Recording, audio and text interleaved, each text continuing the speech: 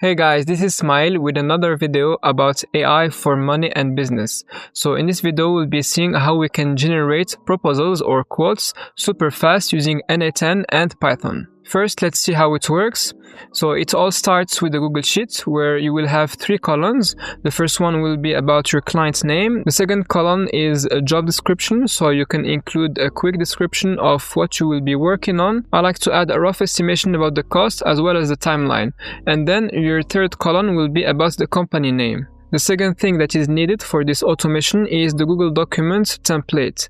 So as you can see here, I have placeholders for the client name, the executive summary, and so on and so forth.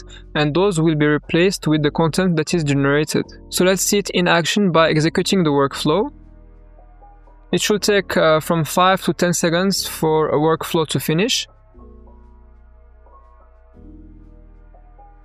The proposal that will be generated will be placed in a Google Drive folder, and if we open it, we get this proposal here that is ready to be sent to your lead. Obviously, you will have to read everything and maybe modify some things here and there, but this automation allows you to do 80% of the work so that the 20 or 10% left are very easy, to fix. And obviously, you will be able to get everything that I talk about for free. Whether it is the n8n JSON file or the Python code that I will be showing you later, you will be able to download that via the link in the description. Let's start with the first node, which is the Google Sheet new sheet row.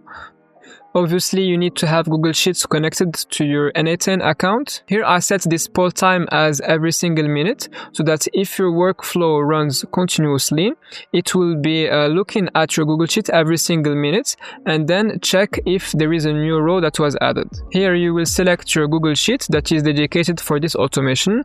Here I call it n8n proposal. Then for Sheet, you will be selecting the right tab where your data is contained. For me, it is the by default Sheet 1. And then here the trigger will be on row added or updated. And as you can see here, the output of this node will be all the rows that you have in your Google Sheet. So here I have 4 rows that were written there. But for this automation, we only need 1 row because it is corresponding to only 1 client. That's why here we have this node filter latest row only.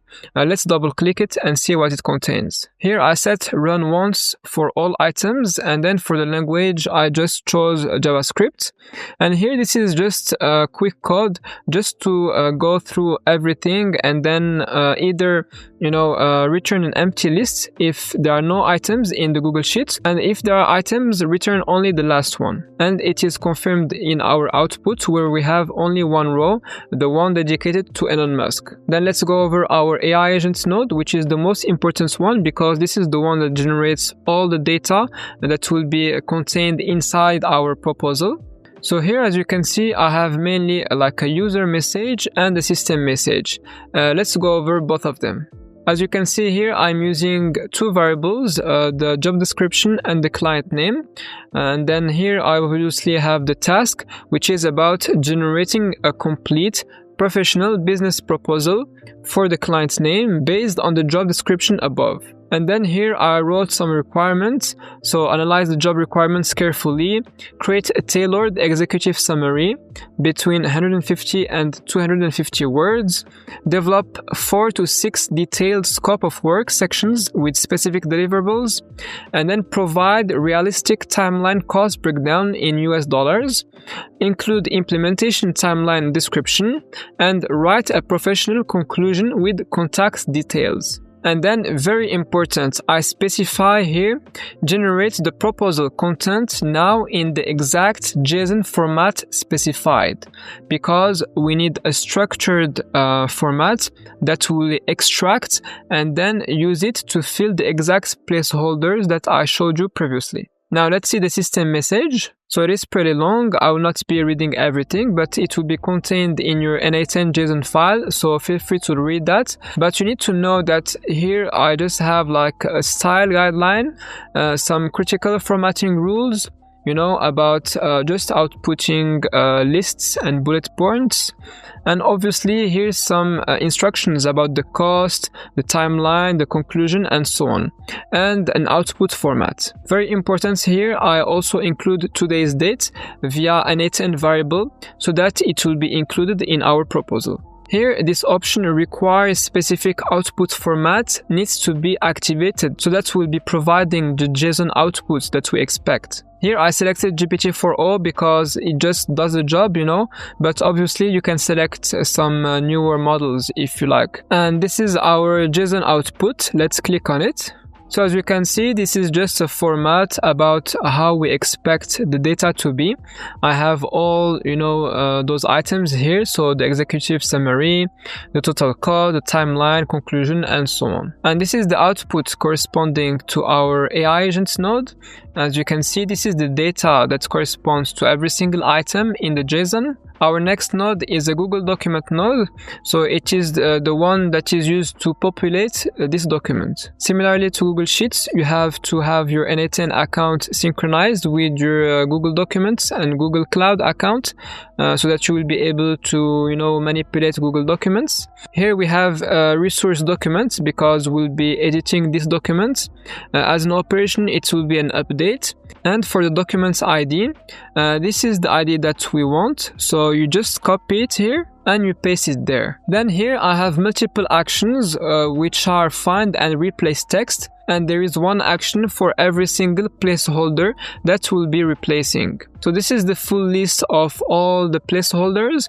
First we have the executive summary, then the scope of work, the timeline, the conclusion, the total cost, the client name, obviously, the proposal title, the dates now format 1, and I will be showing you how it looks like, the project's phases, half cost, some onboarding instruction, dates now format 2, and finally the company name. So now let me show you how those placeholders are used, and this will hopefully give you an idea about how to customize this for your own scenario. So the description that I have here is for a lead that I recently had. Basically, he had like a quick prototype of an AI voice bot using retail AI, and what they wanted is to enhance that in terms of quality, in terms of prompting, and so on. The proposal title was replaced with this, so AI voice prototype enhancements for fleet management. And for dates now format 1, this is the format that is expected, so the name of the month plus the day and then the year. We have the executive summary here, the scope of work. Very important, we have the total cost, which is replaced here, a conclusion. And for me, for my project, I always like to do 50% on signature and then 50% by the end of the project. That's why here I have this half cost, and that's where I place it here. So 50% of setup fee, and then we get the amount, and then the rest is filled accordingly. And then, you know, I also had a second dates format, which is date now format 2, which is this format here. And then the placeholder company name is replaced here. Now, the next step will be to upload this document that was generated in Google Drive. But before that, we need to download it. That's why we need to use this node here to download the file. After connecting to your Google Drive account, you select here resource file and then operation download. And then you identify it by its ID. And here we are just reusing our variable. The next operation is to upload this file into Google Drive. For the name of this document, it will be the client name plus underscore proposal underscore today's date, basically. And this is how it looks like. Here, obviously, you just need to select the right folder where you will want, you know, this document to be uploaded. And then the final node, which is very important, we want to reset the template placeholders, because remember, we are replacing those placeholders with some data. We want to get those placeholders back so that we can apply the same process to a different client. So you can think of this node as the complete opposite of this one. Here, as you can see, we are also using find and replace text actions, but for the old text, it will be the variable, that we used previously, and then the new text will be the placeholder. And then we'll be doing that for every single placeholder out there. Now that this automation works well on n8n, we want to be using Python, because n8n is very good at creating prototypes, and double checking that things work. But what we want at the end of the day is to use a system that is reliable and robust. And because of the fact that Python is a much more mature technology than n8n, we want to make sure that we'll be transferring the same logic into Python. And that's what I did, and that's what I will be showing you. So this is the Python code that corresponds to our n8n automation. I will be going through every single thing, but first let's see it in action. For this automation using Python, I just changed the client name and the company name so that we'll be looking at the difference. So let's run it.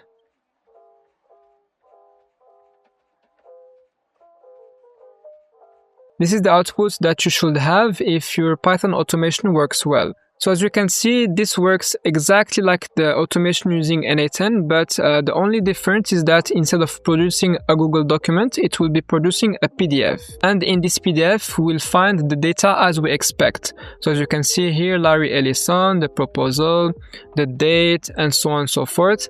And all the way to the bottom, the company name that has been replaced correctly. For this automation, it all starts with your .env file that contains all the data that is necessary to run this code. So let's see how it looks like. We need your OpenAI API key, obviously, the ID of the Google Sheet that will take the data from, the Google Document ID, the Google Drive folder ID. And the way you find this folder ID is very simple. Once you are inside this Google folder, you will just, select this part. This corresponds to its ID. Now, something important about this Python automation for it to work, you need something different, slightly different in your Google Cloud credentials. So as you can see here, we have the client ID, the client secret, and the refresh token. Those client ID and client secret, those are not the same ones that are used in your n8n account. For this to work, you need something slightly different. So here in your project, normally you should have only web client 1, which is the one that is used for n8n. But for this to work, you need to add a new client, and this needs to be a desktop client. So you will just here click on create client, and then in application tab, you just need to have desktop app. And then if you navigate to credentials here, you will have your desktop client here, and then you will just copy your client ID, paste it here, and then you need to click here to access your client secret. You should be able to download the file, the JSON file that has, your client secret. And obviously here you can see that for me this is no longer available because I already did it. But you will see it will be very easy to access. Obviously, once you copy it, you just paste it here. Now, the last thing that we need is our refresh token. And for that, I create, guys, for you this function, get refresh token. And before you actually run the main function, you just run it, and your browser will automatically open. You will just log in your Google account, and then here you will have the refresh token that will be printed. You will just copy it, and then you will paste it here. The data that is contained in this .env file is used for these variables here, but it is also used for this function in order to get our Google credentials. Now, as you can see here, I'm dedicating one Python function for one specific node so that it will be very easy to understand. So this is the function that corresponds to this Google Sheet node. I called it trigger new sheet row. And basically we are just getting the values from the columns A to C. And then this is the function for this node here, filter latest row only. For the next node, the AI agent 1, we just need to copy and paste the system message as well as the user message that is here. As you can see, it is exactly the same prompt that I used. Here, obviously, I also include today's date inside the prompt, as we did. And obviously, I also use the OpenAI client so that we'll be making our request and expecting some output from it. Here we are specifying inside our request that we need JSON as a response. and we are returning the output from OpenAI. The next node is this one, which is represented by this function here. So as you can see, this is done via Google Documents API with something called batch updates, where we update multiple elements at once.